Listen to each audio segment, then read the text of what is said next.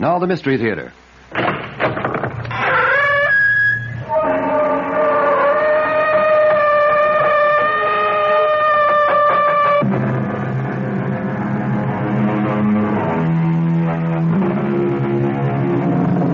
Come in.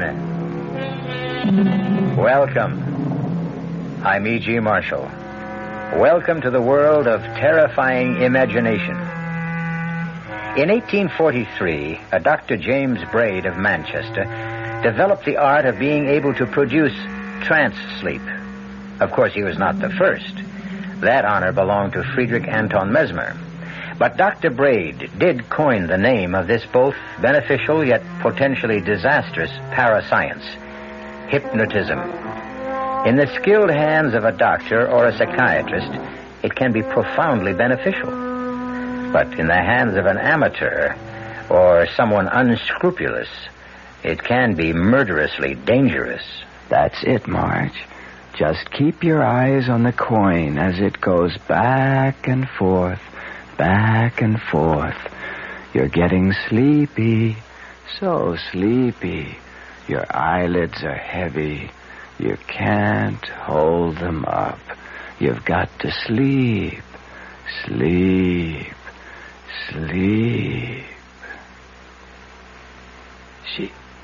She's under, Mark. You're putting me on, Jeff. She's fake. No, she's under, all right.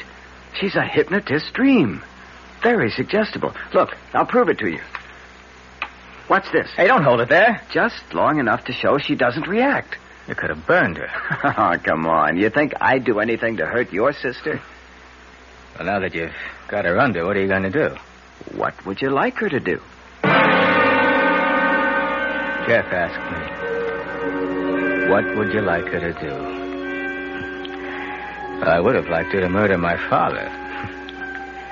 I wondered how Jeff would have reacted if I'd said that out loud. It almost came out anyway, since it's all I think of these days. How to murder, destroy, wipe out my father.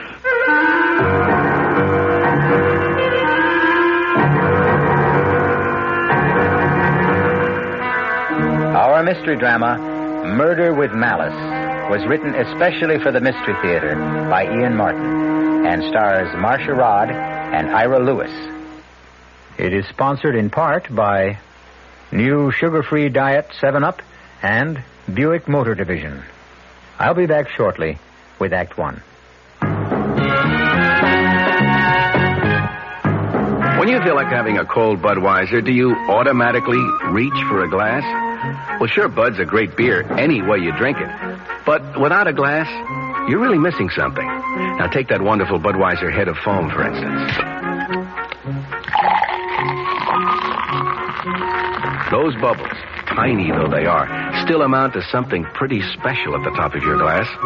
Taste appeal and eye appeal. Two results of exclusive beechwood aging and natural carbonation.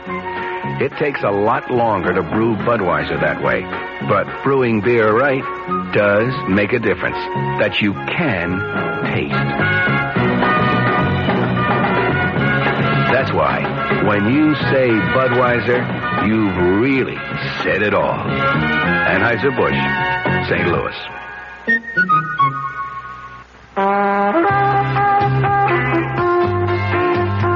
North Jersey is certainly getting a higher yield this season, especially with Suburban Savings Special High Yield Savings Certificate that you can raise for fun and profit. All you have to do is plant a modest $2,500 minimum in Suburban's limited issue 7.50% savings certificate. Then put your certificate in a nice, safe place. Suburban takes care of the rest by compounding interest continuously from day of deposit paid quarterly. You'll get a nice, healthy 7.90% effective annual yield on your 7.50% savings certificate when you let it grow from 4 to 10 years. Early withdrawal prior to maturity is, of course, subject to a substantial penalty. So for a nice, healthy 7.90% annual effective yield, grow Suburban's 7.50% savings certificate for fun and profit at any Suburban savings office in northern New Jersey.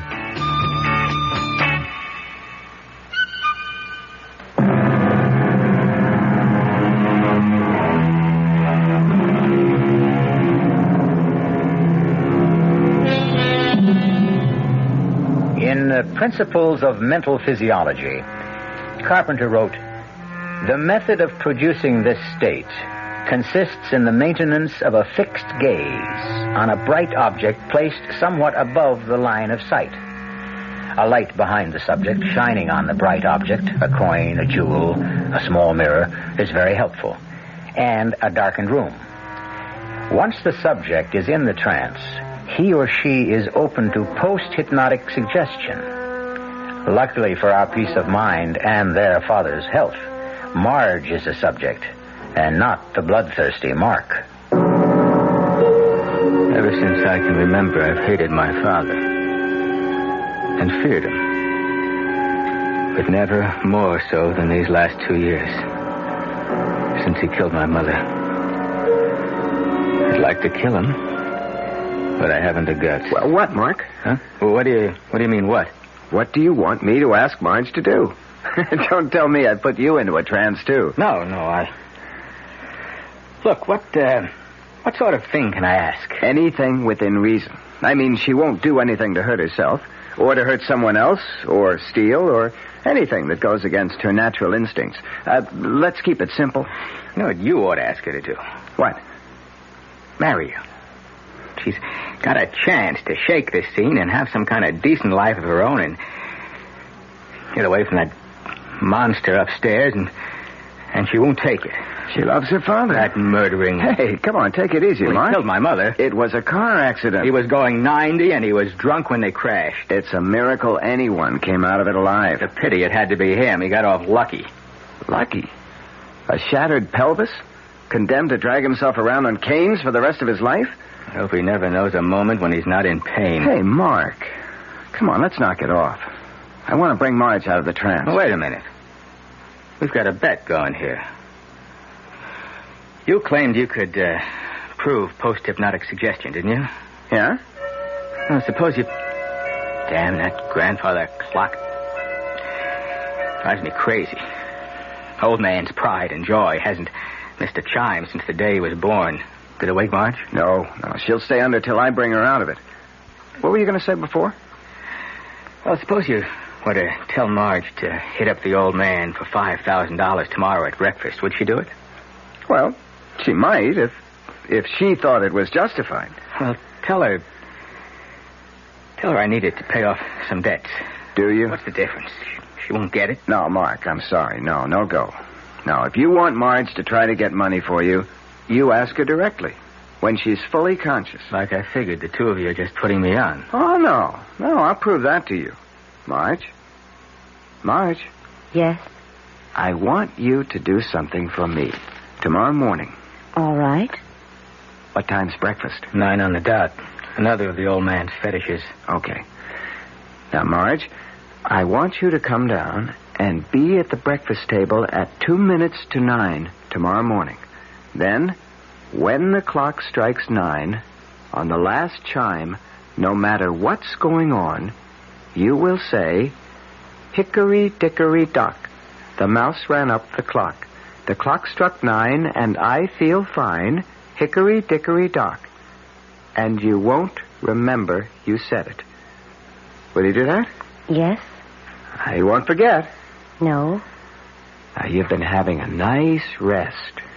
But it's time to wake up and feel refreshed and relaxed. You will wake up when I say now. Now. I feel as if I... What are you staring at? The two of you. Jeff, did it work? Mm-hmm. You really put me under? For about 10 minutes. Oh, that's scary. You know, why, if you can make me draw a blank like that, you can make me do anything. Oh, no, don't worry. I couldn't make you do anything you didn't really want to. I should hope not. Where did you learn this handy little parlor trick? I once took some courses in parapsychology. Do you feel relaxed, Marge? Is your headache gone? I have to admit I do. And no headache. I really feel as if I'd had a whole night's sleep.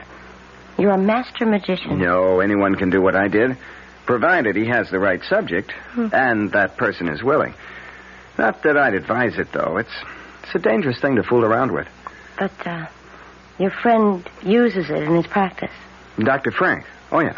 Occasionally, if it's indicated. Actually, he's relatively conservative for a psychiatrist. I don't need him. Well, honey, I'd like to see you get rid of those headaches. I'm not a candidate for the couch yet. Well, I guess I'll hit the sack. Thanks for the fun and games. Good night. Night, little brother. Night, Mark. Little brother? Didn't you ever know? I was the first twin to arrive. It's only one of Mark's resentments. He's the one who really needs analysis. Marge, Mark's problems are his own. Yours are something I want to see solved. I don't know why you waste your time with me. If I had any sense in this mixed-up noodle of mine, I'd marry you, have 4 children, and live happily ever after. But I just can't. Because you feel yourself tied to your father. I can't leave him alone, Jeff. I love him. I think, for your sake, Jeff, you'd better forget me. Will you do me one favor first? Will you just go to see Dr. Frank for a few visits? You think I'm that bad off? Well, Marge, you've been pretty mixed up ever since the accident. I know. Okay, Jeff. Maybe you're right. Let me think about it, and maybe I'll call your Dr. Frank tomorrow. Tomorrow? What is it, Jeff? Nothing. It isn't important. It'd be more complicated to undo than to do now. I'll call you then and explain. Morning, Mark. Morning, Dad. You're surprisingly early. Yeah, I wanted to ask you something. If it's money, no. Dad, I'm in bad trouble. Well, then dig yourself out. Dad, Mom left me money that will come to me when I'm 30. Why can't And very wise of her. Maybe in another 6 years you'll be able to handle it instead of gambling it away. It wasn't Mom's decision. You talked her into it. I most certainly did. Look, you don't understand. I'm mixed up with some very hard guys. If I don't pay them off... Oh, don't talk nonsense. They'll wait for that money. Good morning, Marjorie. Morning, Dad. Mark, am I late? No, dear, it's just 2 minutes to 9. Sit down. Have your orange juice. I'll pour the coffee first. You sound very chipper. Yes, I had a wonderful sleep last night. Relaxed as a kitten. I wish I could say the same. Well, that's what comes of having a guilty conscience. And what about yours? I wanted to shout at him as I pushed my chair from the table violently and went to the sideboard. I was seething with hate at his smug self-righteousness. Guilty conscience. If he only knew how guilty, how much I wanted him dead. Serving breakfast plates for Marge and me gave me time to regain control. Then the clock began to strike 9, and my mood improved. A small revenge, but if Jeff's trick worked, at least I'd see the pompous old ass look foolish for once. What time did Jeff Henderson leave last night? I think I'm old enough not to have to answer questions like that. Well, I think I have the right to ask any questions I want to in my house. Because I want to know if you're thinking again of marrying Jeff. Hickory dickory dock. The mouse ran up the clock. The clock struck 9 and I feel fine. Hickory dickory dock. What? What did you just say, Marjorie? Me? I didn't say anything. I just asked you a perfectly reasonable question, and you replied with a silly nursery rhyme. Nursery rhyme? Dad, I don't know what you're talking about. I didn't... She doesn't know. She said it. Keep out of this, Mark. It was post-hypnotic suggestion. It was what? Marge had one of her bad headaches, and Jeff thought he could cure it by hypnosis. And he did. But what's this about... Hypnosis? Marge, I must say I didn't think you'd be this foolish. I don't want Jeff Henderson in this house again. Dad, I'm the one the trick was played on. Where's your sense of humor? I haven't had any sense of humor since I lost your mother. No, don't help me. I don't need anyone. I can manage by myself. I don't expect it from my son, and I don't ask it from you, Marge. Dad, Oh, let him go, Marge. He's only looking for sympathy. Why do you have to be so hard on him, Mark? Because I hate him. I always have. Mark, he's our father. I love him. Well, maybe we're not... What do they call us? Enzygotic twins, after all, huh? I mean, I guess we came from two different eggs because the only thing I want him to be is dead. I think maybe we both need psychiatrists. I'll get it, Williams. Yes? Are you Mark Prentice? Yes. Well, open up, fella. Let me in. Oh, now, you don't want to see artillery, do you?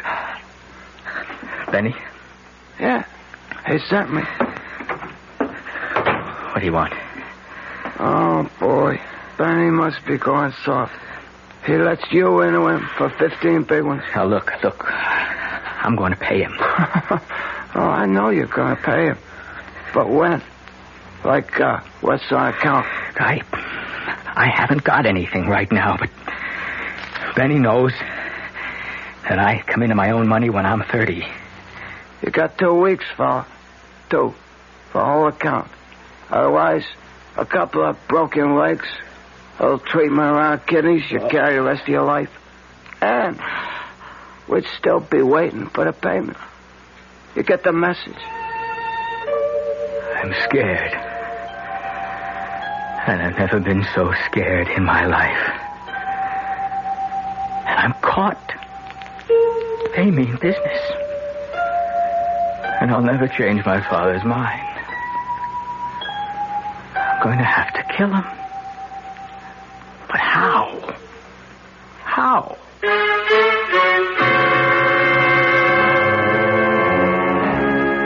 Not exactly the all-American family, the Prentices. But then, where murder is contemplated, and where in fact it may be done, you don't expect to find very normal people. Especially where the murder is premeditated. I'll return shortly with Act 2. Oh, somebody's been drinking my sugar-free Diet 7-Up, and it's all gone. Oh, actually, I saved a little. Oh, a bear! Hiya, Goldie. What's brewing? That's Miss Goldilocks to you. Oh, come on, kid. You mean you don't remember me? The cottage, the 3 chairs, the porridge? Baby bear! In the fur. Been a long time, Goldie. But Baby bear... Just call me BB. You drank all this sugar-free Diet 7-Up, and I have to conduct another diet drink taste test today. Well, yeah, I saw the sign on the door. A professional taste tester, huh? But how can I conduct my taste test now? Why bother? I tried those other diet drinks, too. You'll notice there's still plenty of them around. Why not ask me? Well, okay, BB. Tell me, why did you drink all the sugar-free Diet 7-Up? I like the taste. Light, fresh, natural, sugar-free Diet 7-Up is definitely unbearably delicious. Mm-hmm. Hey, Mom, what's for dinner? Hey, Mom, what you got? What's for dinner? Check ShopRite's low price on first cut choice beef chuck steaks, just 57 cents a pound. Fresh ground beef chuck, any size package, 89 cents a pound.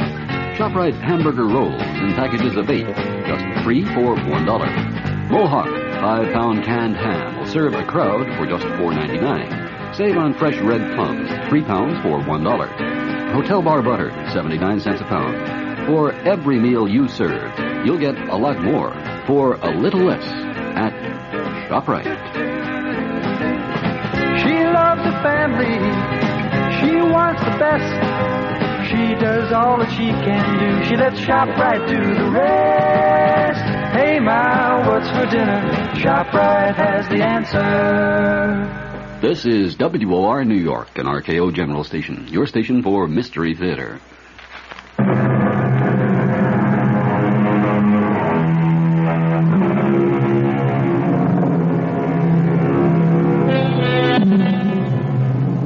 Almost 2 weeks have passed, and Mark has not been able to take any action towards solving his problems. Marge, at least under Jeff's urging, has had several sessions with Dr. Frank. And Harvey Prentice has continued to be himself. Domineering, selfish, callous to any problems but his own.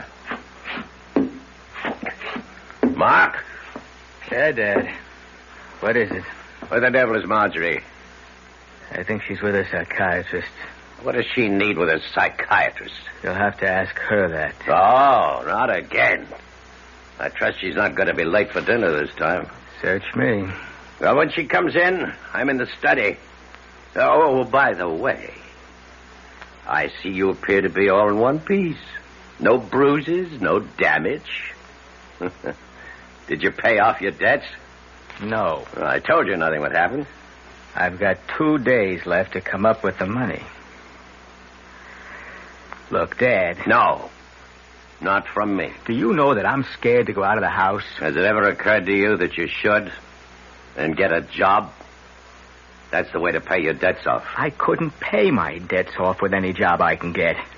Perhaps you should have thought of that before you ran them up. Oh, it's easy to hate my father. And even the fact of murdering him would not be all that hard. It's just how to do it without being found out. It never occurred to me that my sister might provide the answer.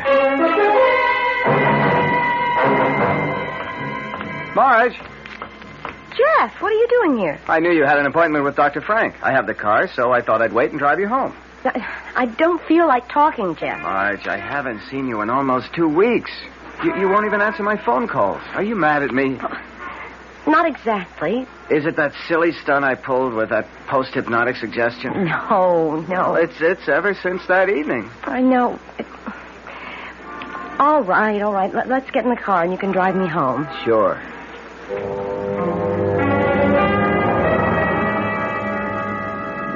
I'm so mixed up, Jeff. I wish you'd never suggested Dr. Frank. Oh, now, wait a minute. He's a good guy. Not for my money, he isn't. I know you meant well, but... But what? Jeff, I'm not good for you. Mark and I are all screwed up somehow. The whole family, we're Jonas. Keep away from us. Marge, nothing you can say. Why won't you listen to me? I don't want to see you anymore. I can't. There's nothing to explain, and I have such a headache. Well, maybe I ought to stay and give you another hypnotic treatment. No. Nobody else is getting inside my head anymore but me. Please, let's just make this goodbye. I don't want to see you again. Marge, wait a minute.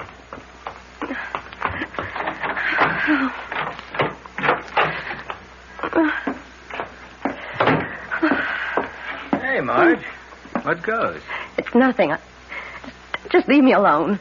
Okay. Play it your way. Oh, I'm sorry, Mark. I didn't mean to snap. It's just the top of my head's blowing off. I'm not going near that psychiatrist again. Oh, what's the panic? The things he keeps saying. I think he's the crazy one. How come?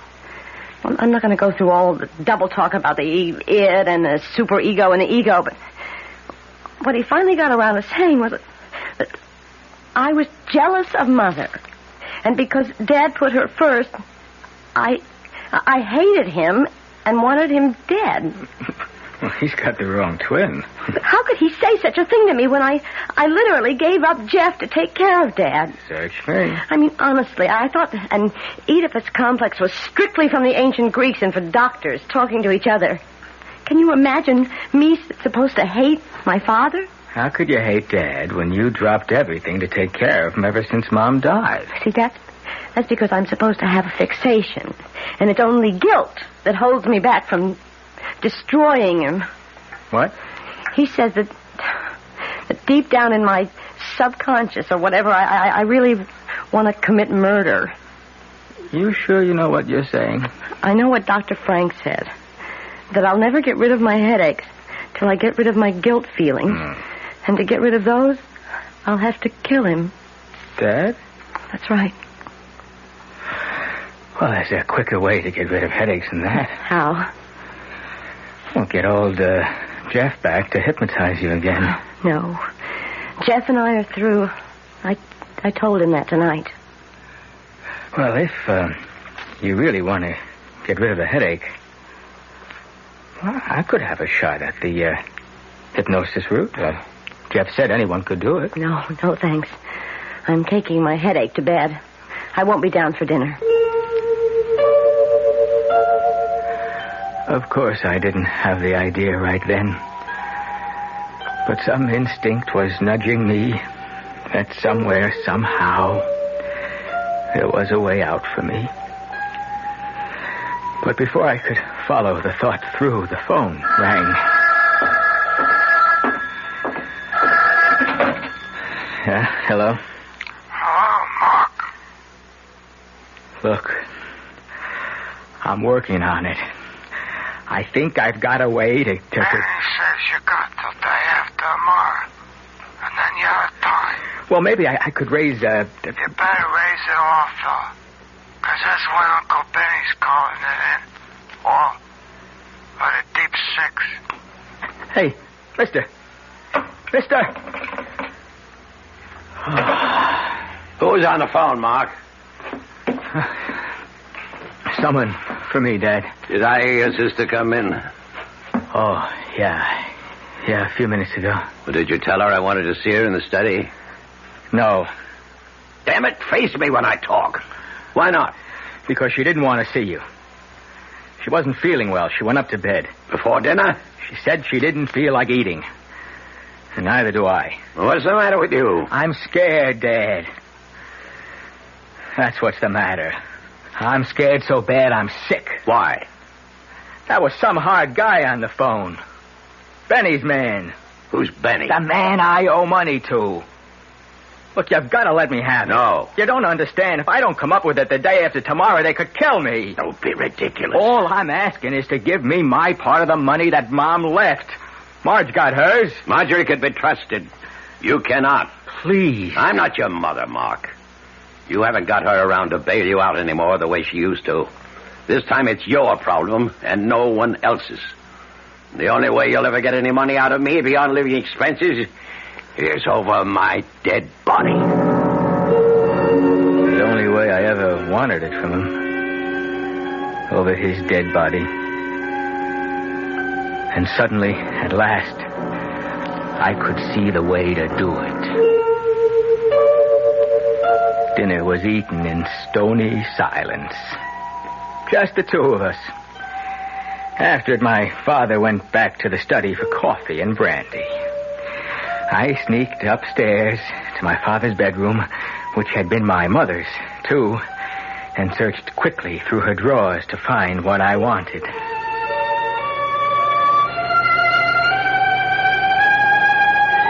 The rest was waiting till my father was safely in bed for the night, and then moving quietly along the upstairs corridor to my sister's room. Who is it? Mark. May I come in? I suppose so.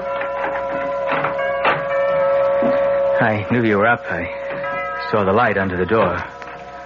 Dad came by to say goodnight an hour or so ago. I couldn't get back to sleep. What time is it? The witching hour. Midnight. Mind if I sit on the other bed for a moment? It's all right. Is my bed light in your eyes? No. It's just fine. How's the headache? Splitting.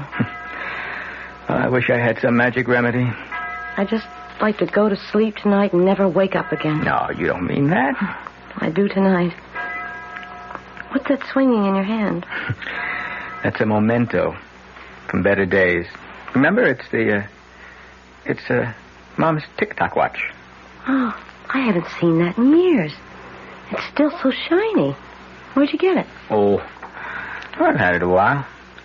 Remember how when we were kids she used to put us to sleep with it? The tick-tock watch. Tick-tock, tick-tock, back and forth. My eyes used to get glued to it. Tick-tock, tick-tock, back and forth, till I began to get so sleepy. So sleepy. So sleepy. Sleep, Marge. Sleep. Keep your eyes on the watch. Yeah, your eyelids are getting heavy. Heavy. So heavy. You've got to sleep. Sleep. Sleep. Marge.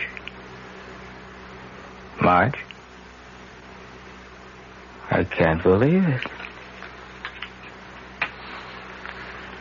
She can't feel the flame.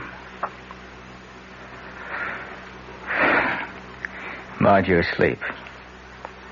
But you can hear me. Yes, I hear you. Who am I? You're Mark. Am I your brother? Yes. Your twin? Yes. Do you know our father? Yes. How do I feel about him? You hate him. How do you feel about him?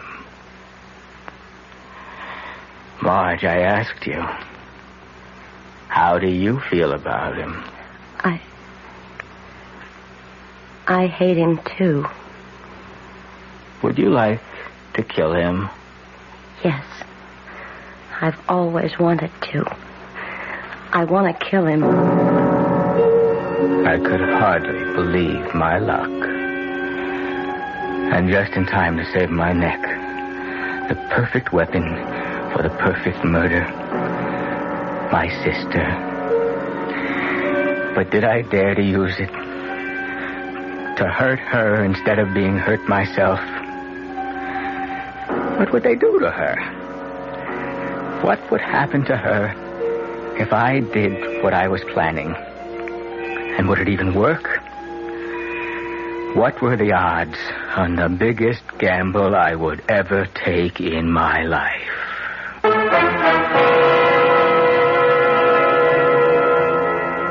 A girl helpless under an hypnotic spell, at the mercy of the agent who wove that spell, her twin brother, himself at the mercy of passions beyond his control, eaten up with hate, tortured by fear, hesitating to make an unconscionable gamble with her life to save his own. I'll return shortly with Act 3. I'd like to describe a car to you. See what you think of it. First of all, it's small. Second, it's got a 6-cylinder engine, a pretty handy asset these days. Third, it's a Buick. Now, in spite of the fact that it's small, this car can seat 6 easily. It's got a 21-gallon fuel tank, which gives it great range. And it weighs several hundred pounds more than most imports, which in a small car is good. Now, what does it look like? Well, that's pretty tough to handle on radio. I'd hesitate to call it glamorous, and it sure isn't homely. I think handsome would be fair, and it offers some pretty attractive styling and trim options. The interior is definitely its strong suit. Now, if that sounds like a little more than your average small car, then I've described it properly. Because remember, this small car is a Buick. The car is called Apollo, Buick Apollo, and it's about as much small car as you'll find on the road today. See for yourself at your Buick Opel dealer. One of the 10 best newspapers in America. Easily the nation's best suburban newspaper. Becoming a paper of national influence. These words are from a recent issue of Time magazine. The newspaper described is Newsday, the Long Island newspaper. On the basis of editorial excellence, Time magazine selected the 10 newspapers in America that stand out above the rest. One of them was Newsday.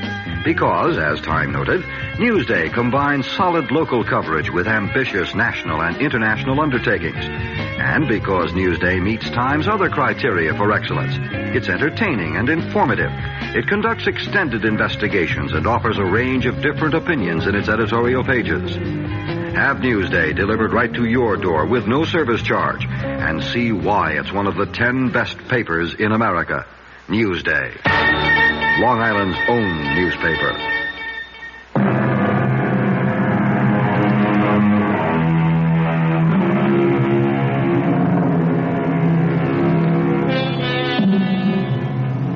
Marge lies still, her eyes wide open, but unseeing. Alongside, her brother Mark sits, his mother's watch still swinging its pendulum arc in his hand, unnoticed as he wrestles with the conscience which holds him back from this ultimate gamble. The gamble? Can anyone under hypnotic influence be induced to commit murder? If she killed, they'd never do anything to her. There's a whole history. The encephalitis she had as a kid, the nervous breakdown after Mom died. She's going to a psychiatrist now. Sure, I can get her off. Temporary insanity. Yeah, that's it. Only will it work? What was it Jeff said? She won't do anything to hurt herself, or to hurt someone else, or steal, or do anything that goes against her natural instincts. Natural instincts. What does that mean? Doesn't it mean what we really feel deep inside, even if we don't know about it?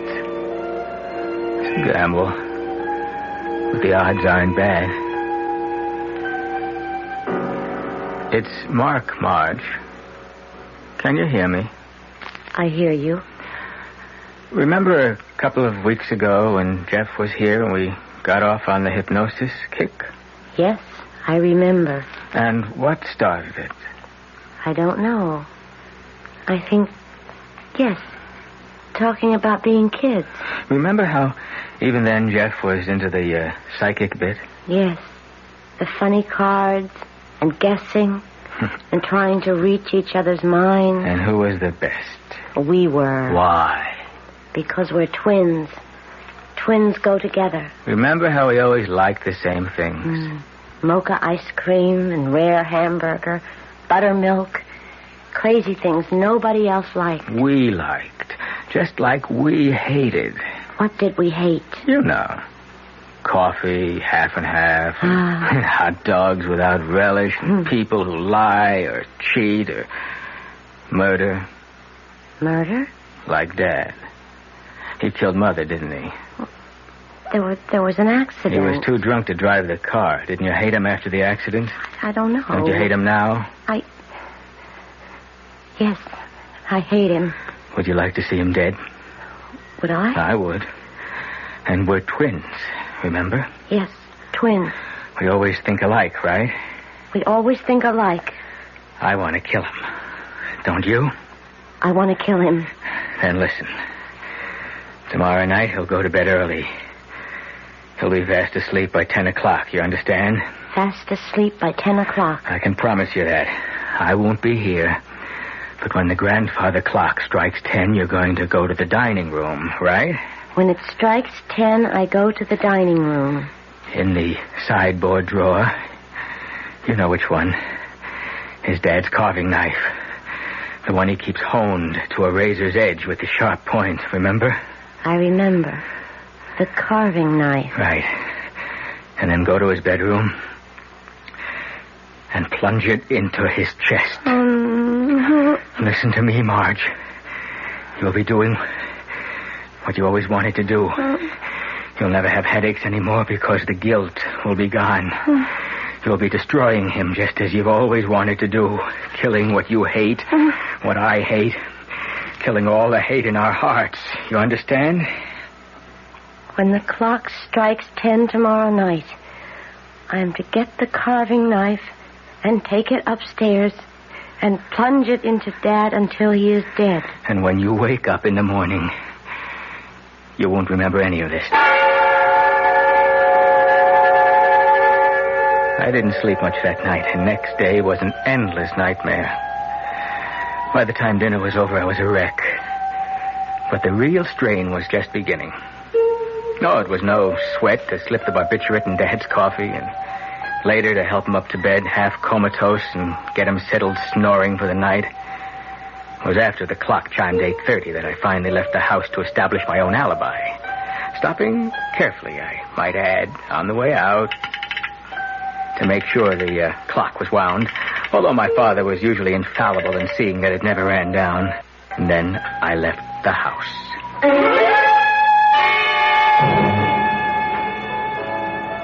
Hey, Mark. Sorry I'm a little late. Oh, just glad you're here. Have you eaten? Yeah. You? Oh, long time ago. I ordered some setups. Scotch okay with you? One drink. Just thought we might have a talk together. What time is it? Around 5 or so to 9. Well, what do you want to talk about? Marge. Well, now, that's my favorite subject. You aren't the bearer of good news by any chance? Good news? Well, that she's changed her mind about me and I might have some kind of a chance with her? Oh, that's something we might discuss, Jeff. Let's have another drink first.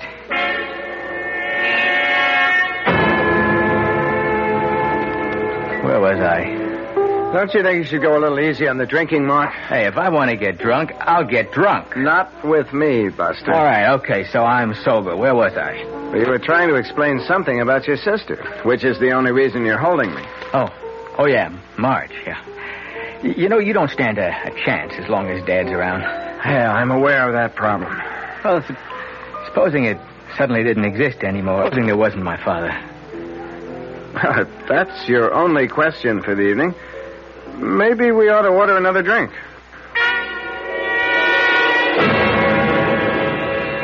Mark. Huh?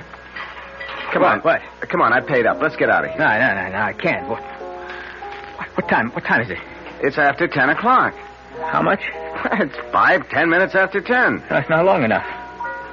I got to stay here a while. Okay, suit yourself. I'm going home. Hey, we haven't finished talking. As far as I'm concerned, we have. I want to tell you about Marge. Look, whatever you had to tell me about Marge, if you ever had, it's too late for you to make any sense tonight. Either you come with me now and I'll drop you home, or stay. Get as stoned as you want. I gotta stay. Just a little longer. Doesn't matter anymore.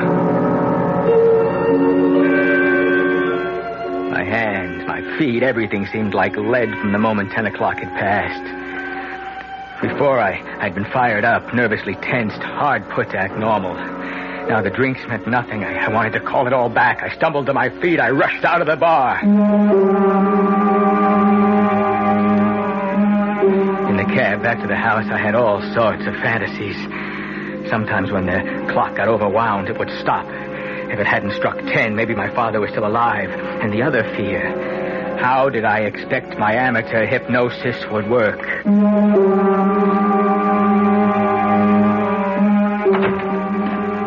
In the house, empty.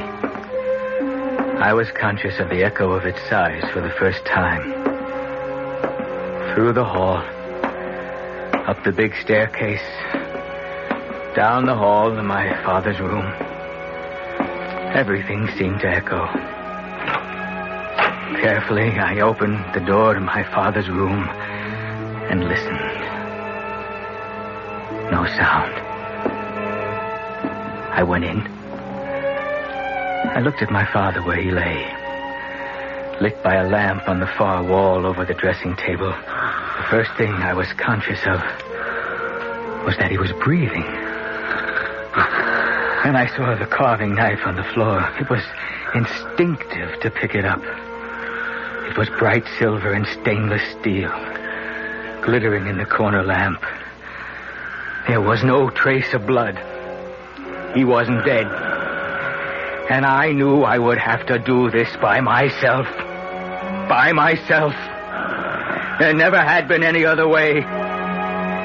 So I came to the bed, lifting the knife up high to drive it home. And suddenly his eyes were open, looking at me, recognizing what was about to happen. In one convulsive shrug towards me, his eyes glazed over. But in that last moment, he said, "You always wanted me dead. Dead. So, strike. Strike. For all the good it will do you."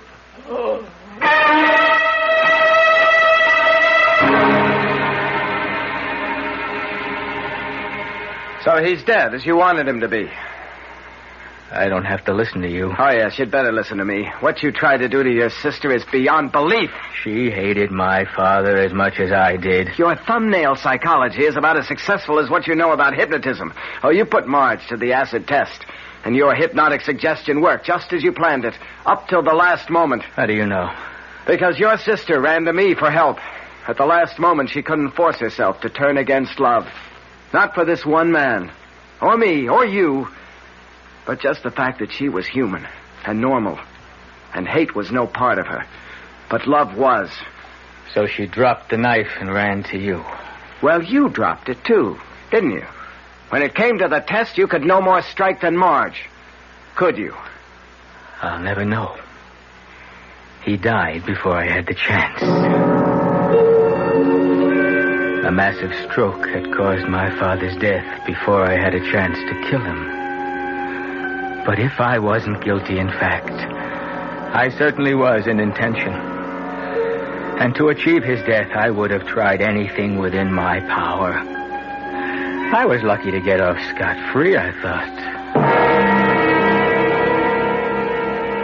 And I directed my entire estate be left to my beloved daughter Marjorie, subject to all the provisions to protect it and her from my son Mark, to whom, with all my heart, I leave nothing, not 1 cent. As attorney for the estate, Mark, I'm going to make sure your father gets his wish. Oh, sure, big deal. You figure to marry the heiress. I figure to protect Marge from you as long as I live. If I thought I could wring your neck by myself and get away with it, I'd be happy to do it. Luckily, I don't have to worry. No dough, brother. Not a penny. Go pay your debts.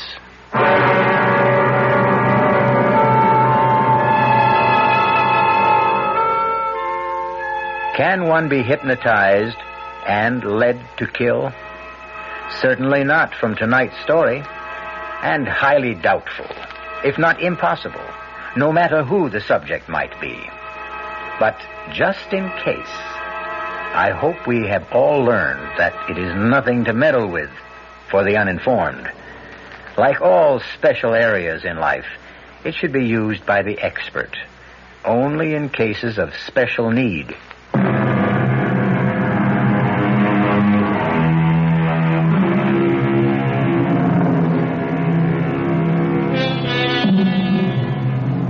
It was some time before Marge and Jeff were married, but once they were, the shadows and cobwebs were wiped away. Mark was only a dark memory that would disintegrate in time as thoroughly as his corporal self, trapped in his cement boots in the shifting muck of the river bottom where he lies. Who sows the wind must reap the whirlwind. Our cast included Marcia Rodd, Nick Pryor, Ira Lewis, and Stotts Cotsworth. The entire production was under the direction of Hyman Brown. Radio Mystery Theater was sponsored in part by Anheuser-Busch Incorporated, Brewers of Budweiser. This is E.G. Marshall inviting you to return to our Mystery Theater for another adventure in the macabre. Until next time, pleasant dreams.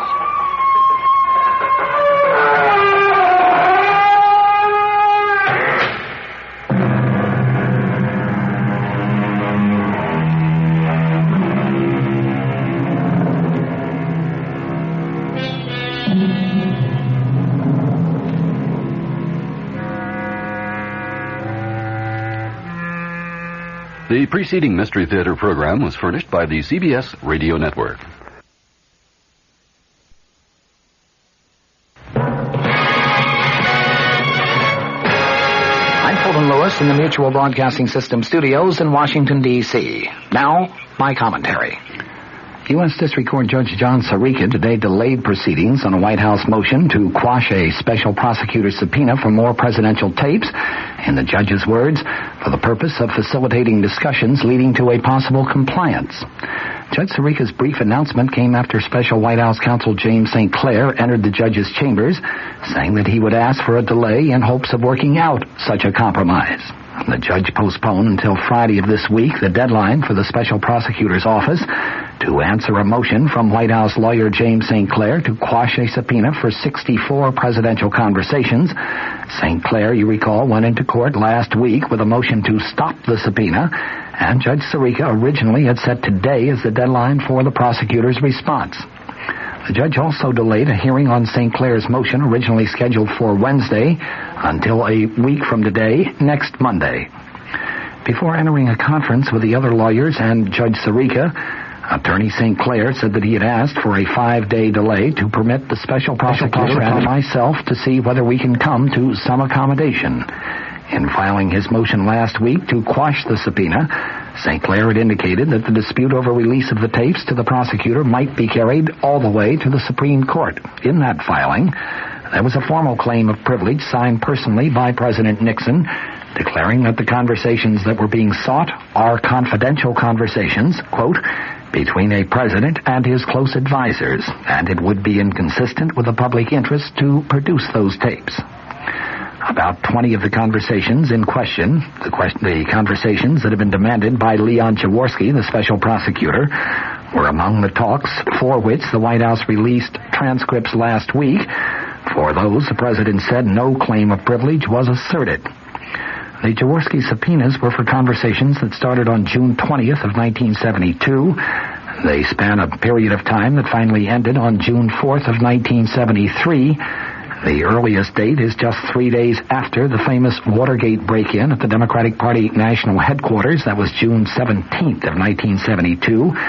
The June 4th date is the day on which President Nixon listened to some of the Watergate tape recordings. The counsel of the president, J. Fred Buzzhart, testified before one of the Watergate grand juries today, but he refused to tell what that questioning was all about. He appeared before Watergate grand jury number 3, which is investigating, among other things, the 18-and-a-half-minute gap in one of the key White House tapes. In his White House role, Attorney Buzzhart had overall custody of the tapes at one point last year, and he testified extensively during a court hearing into the causes of the now famous 18-and-a-half-minute gap and about 2 other tape recordings that the White House said never existed. There have been some reports in recent weeks that Buzzhart still had a major say in just what recordings the president would yield to the special Watergate prosecutor and to the House Judiciary Committee, even though James St. Clair, of course, is now said to handle all Watergate legal matters for the president. The White House indicated today that the president's Watergate counsel, St. Clair, may not fight against the granting of immunity for administration witnesses that are called before the House Judiciary Committee. Press Secretary Ronald Ziegler told reporters at a briefing that St. Clair told him earlier today that there appeared to be no problem in granting of immunity. Ziegler added that the White House does not have a fixed position on that subject. He noted that it would be up to the committee to determine the question of immunity for witnesses who could tell what they know about Watergate-related matters. Michigan Republican Representative Edward Hutchinson, the ranking minority member of the Judiciary Panel, has already been quoted as saying that he would oppose granting immunity to any witnesses who testify before his committee during its impeachment inquiry. Asked if there has been any effect on the White House staff since the president released the transcripts of a number of White House conversations last week, Ziegler today replied, "Over the past month, there has been a hesitancy to make extensive notes or to put anything down on paper." Ziegler said the problem had not yet reached serious proportions, but he said it might if there were a breakdown in the principle of executive privilege. The president issued the transcripts in response to the Judiciary Committee's formal subpoena for the tapes of 42 presidential conversations. Herbert Kalmbach has testified of a midnight meeting at which he said a top dairy cooperative official was told that milk prices would be increased and that the White House wanted confirmation of a $2 million campaign pledge. Kalmbach, of course, is a former campaign fundraiser for President Nixon. He has said in secret testimony that the session took place on March 24th, 1971, in his suite at the Madison Hotel here in Washington. Milk price supports were increased just the following day. The White House has said that the president's milk price order was not in any way influenced by the promise of campaign contributions from the dairy cooperative. The alleged meeting, which took place after a Republican fundraising dinner attended by dozens of dairy cooperative officials, included Kalmbach, Marie Chotiner, and Harold Nelson, or at least so goes the Kalmbach testimony. Chotiner had quit 3 weeks earlier as the president's special counsel and had just entered private law practice where he was receiving a retainer of $57,000 a year paid by the nation's largest dairy cooperative, the Associated Milk Producers Incorporated. Nelson was the chief executive officer of that cooperative. According to the testimony, Kalmbach swore that Chotiner told Nelson that John Ehrlichman, who was the president's chief domestic advisor at that time, wanted Nelson to reaffirm the milk producers' promise of $2 million in light of an milk price increase that the president had just directed. Kalmbach said that Nelson agreed. The next day, the administration made its public announcement of the price increase of 27 cents per hundredweight, which added hundreds of millions of dollars to the income of dairy farmers around the nation. Colmack's testimony was given about 6 weeks ago to two investigators for the Senate Watergate Committee, Alan Weitz and David Dorson. They said that this testimony, along with other unspecified evidence, provides the basis for a letter which lawyers for the House Judiciary Committee sent to the White House back on April 19th. That letter, intended to state facts showing the impeachment investigators' need for 45 presidential tape recordings about the milk fund affair, was made public just last Friday. It said, among other things, that on March 24th, 1971, quote, Mr. Murray Chotiner stated to several dairymen that Mr. Ehrlichman expected the dairy industry to reaffirm its $2 million commitment in light of a forthcoming increase in milk price supports. The White House has rebutted by saying that the president was aware of the dairymen's $2 million promise because his aide, Charles Colson, had told him about it back in 1970. Colson has been identified as the main contact in the White House for Nelson, and indeed for other dairy cooperative officials. The White House, though, has vigorously denied that the president's decision to raise prices was in any way influenced by that promise of money. He was influenced, the White House has declared, by traditional political considerations, including pressure from Democrats on Capitol Hill, Democrats who themselves wanted a price increase. Secretary of State Henry Kissinger and Soviet Foreign Minister Andrei Gromyko have arranged to meet tomorrow on the island of Cyprus, the purpose to discuss their search for an end to the Middle East war insofar as the current hostilities on the Israeli-Syrian front are concerned. Plans for that meeting were announced in Moscow and by a State Department spokesman traveling with Kissinger. Ambassador Robert McCloskey said that Kissinger and Gromyko will also confer on other East-West topics, including chances for a new treaty limiting offensive nuclear weapons. You've been listening to the OTR Gold Network. Find more classic radio at otrgold.com.